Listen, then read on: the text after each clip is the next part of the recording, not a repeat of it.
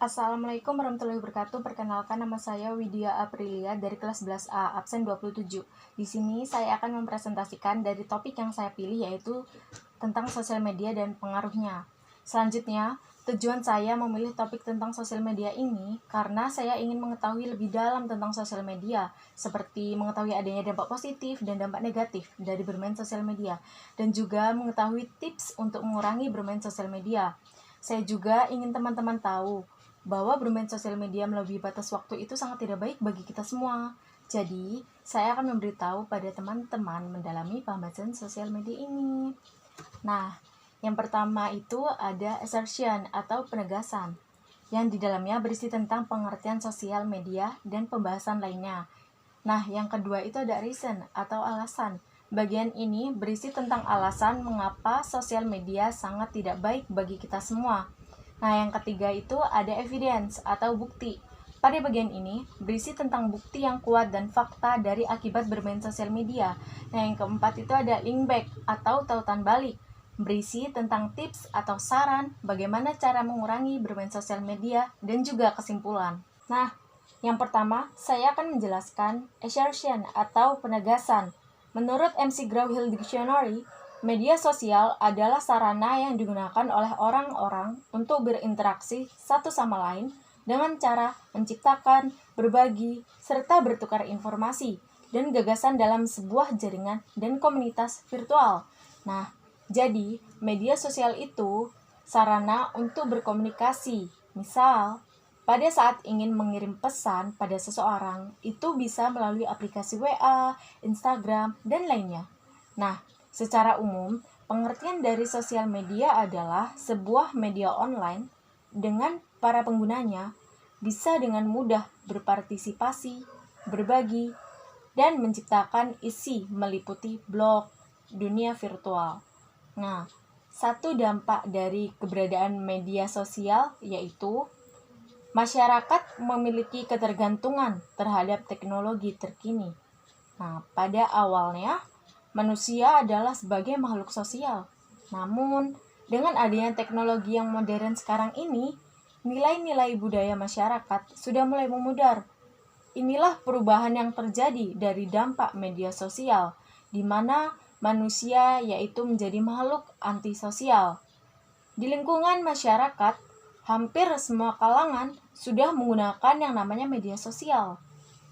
Nah, yang kedua, saya akan menjelaskan reason atau alasan. Media sosial dapat menyebabkan depresi pada individu yang memiliki kecenderungan atau membuat gejala depresi yang ada. Depresi adalah kondisi medis serius yang mempengaruhi cara berpikir, merasakan, dan berperilaku. Banyak sekali anak remaja yang menghabiskan sebagian waktu mereka hanya untuk menonton film, bermain media sosial, ataupun bermain game, daripada memanfaatkan waktunya untuk belajar ataupun melakukan kegiatan yang lebih bermanfaat.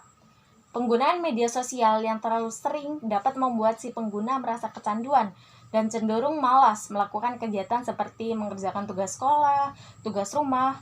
Ini tentu sangat tidak baik bagi kesehatan, khususnya pada anak remaja yang sering menggunakan media sosial secara berlebihan. Orang menggunakan media sosial yaitu untuk melampiaskan segala rasa bosan kita, rasa malas kita, tetapi solusi itu tidak benar. Yang benar adalah kita dapat mencari kegiatan lainnya. Nah, yang ketiga, saya akan menjelaskan evidence atau bukti. Bukti ini adalah dari alasan yang saya jelaskan di reason atau alasan tadi ya. Yang pertama itu ada depresi. Sejumlah penelitian menemukan kaitan antara depresi dan penggunaan media sosial. Berkembang penelitian mengenai bagaimana media sosial dapat benar-benar menjadi alat untuk maksud dan tujuan yang bagus. Dua penelitian yang melibatkan lebih dari 700 siswa menemukan bahwa gejala depresi seperti suasana hati yang rendah dan perasaan tidak berarti dan tanpa harapan terkait dengan kualitas interaksi online. Para peneliti menemukan gejala depresi yang lebih tinggi di antara mereka yang dilaporkan memiliki lebih banyak interaksi negatif. Nah, yang kedua, ada kecanduan. Kecanduan media sosial itu merupakan sebuah tipe kecanduan internet dan itu tergolong merupakan sebuah gangguan kesehatan.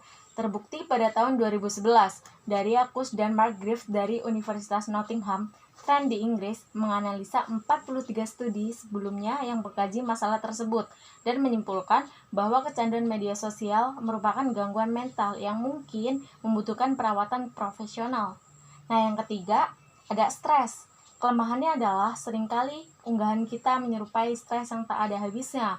Terbukti pada 2015, peneliti pada Pew Research Center yang berbasis di Washington DC berupaya untuk mengetahui apakah media sosial lebih menyebabkan stres dan bukannya menguranginya. Nah, yang keempat, link back atau tautan balik. Di sini saya akan menjelaskan tips untuk mengurangi bermain sosial media. Nah, yang pertama itu mencari kegiatan lain. Mencari kegiatan lain yang bermanfaat. Tujuannya untuk mengurangi kegiatan teman-teman yang hanya bermain sosial media. Dengan teman-teman melakukan kegiatan lainnya seperti membaca buku, menonton TV, itu sudah termasuk untuk mengurangi bermain sosial media. Semakin sibuk diri teman-teman menghabiskan waktu di kegiatan lain, maka waktu untuk bermain pada sosial media akan minim atau berkurang. Nah, yang kedua ada selalu batasi penggunaannya. Cobalah batasi waktu yang teman-teman habiskan di media sosial tiap harinya. Teman-teman bisa menggunakan alarm atau stopwatch untuk mengontrol penggunaan media sosial. Misal, teman-teman batasin waktu bermain sosial media dari jam 7 malam hingga jam 8 malam. Nanti alarm akan berbunyi sesuai waktu yang teman-teman buat. Tetapi jangan lebih dari 2 jam ya, teman-teman. Ketika teman-teman sudah terbiasa membatasi waktu untuk bermain sosial media, maka kecanduan sosial media pun bisa berkurang. Jadi, saya sangat setuju dengan argumen saya, karena sudah banyak bukti adanya dampak sosial media sangat buruk.